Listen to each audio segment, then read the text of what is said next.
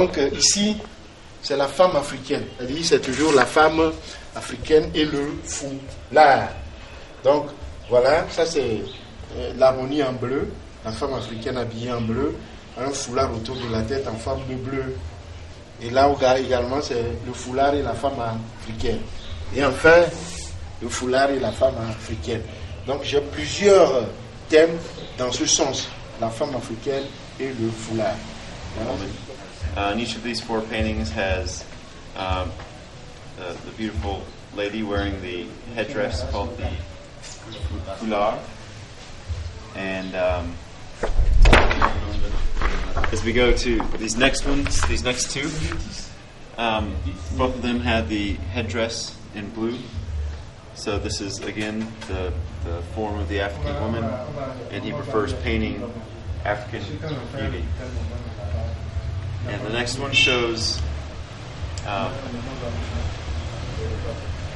next African lady is dressed all in blue. So this painting is in blue.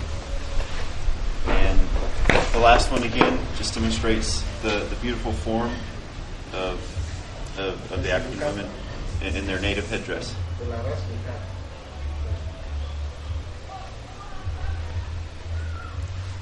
C'est ça les deux là. Mais la technique ici, j'ai projeté la peinture avec le pinceau quoi, les deux là. Okay. So again, these 2 pictures are of African women wearing the foulard, but this time the artist, he projected the image. He came up with it in his mind. And then after he was finished, he got some blue paint on his brush. Le nu de la femme. La femme africaine, elle est très belle. Elle a les hanches, on l'appelle la stéatomère et la stéatopygie. Parce que quand on met bébé ici là, ça sort avec le temps. Donc la femme africaine a ici, mais la femme européenne a beaucoup plus cette partie qui est large, mais à l'africaine ici qui est prolongée à cause du bébé qu'elle met ici. Donc ici, c'est la femme africaine, la hanche de la femme africaine. In nude, and the artist is showing how the African women don't have the size of the hips of perhaps the European women, but as part of the culture where they carry the baby on their back throughout most of the day, what has happened is that the African woman's form has come along with that necessity, and their buttocks have then been used to project that they are the maternal carriers. Et la technique, c'est le pastel, la craie. And using the pastels and the chalks, he's captured the different forms and the different shadows and angles.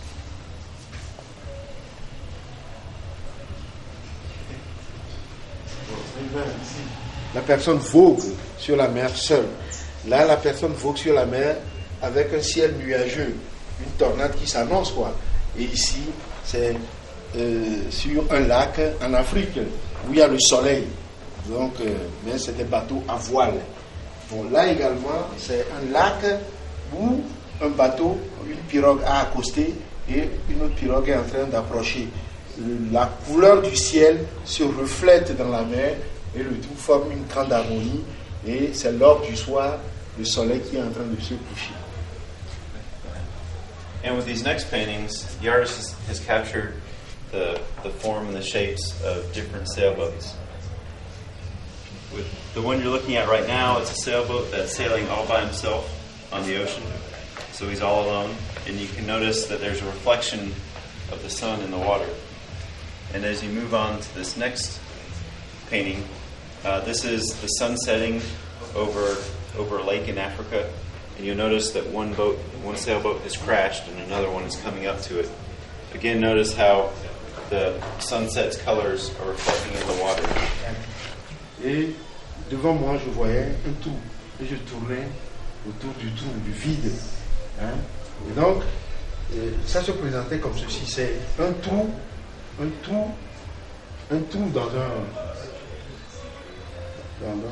dans une surface, quoi. Et il y a une lumière au fond de ce trou-là. Mais c'est de l'abstrait. Là également, c'est une étoile qui naît. C'est la naissance d'une étoile. L'étoile est en train de naître, donc ne brille pas encore intensement. Et ici, c'est une ouverture, une brèche. On a ouvert dans un écran et on regarde à travers. Autrement dit, c'est la brèche ouverte dans le monde qui nous permet de voir autre chose. Et ici, le dernier là, c'est les formes platoniciennes simples.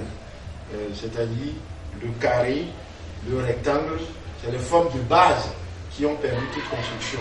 Il y a le carré, le triangle et le cercle. Mais ici, nous avons choisi le carré pour faire l'harmonie du carré avec le mélange de couleurs. Donc, bien que la distribution des carrés et les couleurs, leur harmonisation rend le tableau beau. C'est l'abstract. Qui veut essayer? Starting with the first, which is initially it looks blue, and in the middle there's a white, but looking at it, it's representative of a black hole, from which the stars in the universe forms, and it slows down time. So you see the darker blue down at the bottom, and from that is very similar from what forms mankind as an umbilical cord, an energy source from which life springs, which moves us to the next painting, which is the birth of a star. It's capturing the essence of the energy which is exploding and creating at the same time as it's destroying. But here is captured the birth of the star with the energy projecting from the center.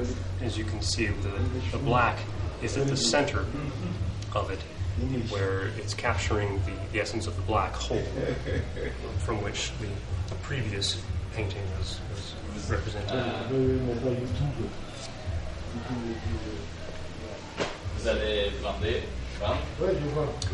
The third represents a fissure, and the fissure, the break, the tear in whatever could be in existence, whatever system, fissure in one's chest or abdomen, opening up and allowing something to break through, either from one side to the other or from the reverse.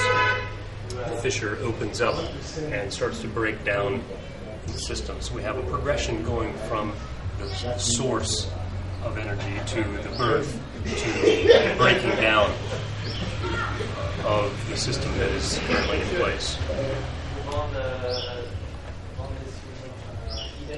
And the fourth, the last, is taking a close look at one of the basic shapes, the primal shapes that are used in art, and that is the rectangle.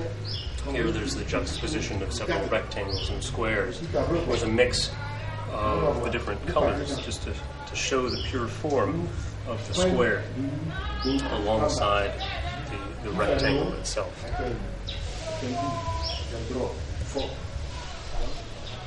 Crucifix, ouais, crucifix. C'est ça que j'ai fait comme ça. La fleur constitue un monde minuscule et qui magnifie la création. Qui magnifie l'univers.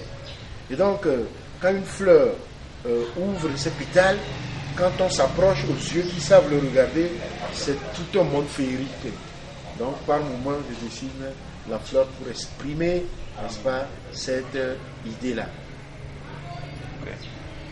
In these four paintings, the artist has painted various flowers around his house. And the reason he chose to paint the flowers is to show the natural beauty that exists in the world and the natural happiness that comes just from looking at a flower. Even though a flower may just be a small plant on the side of the road, it offers so much beauty.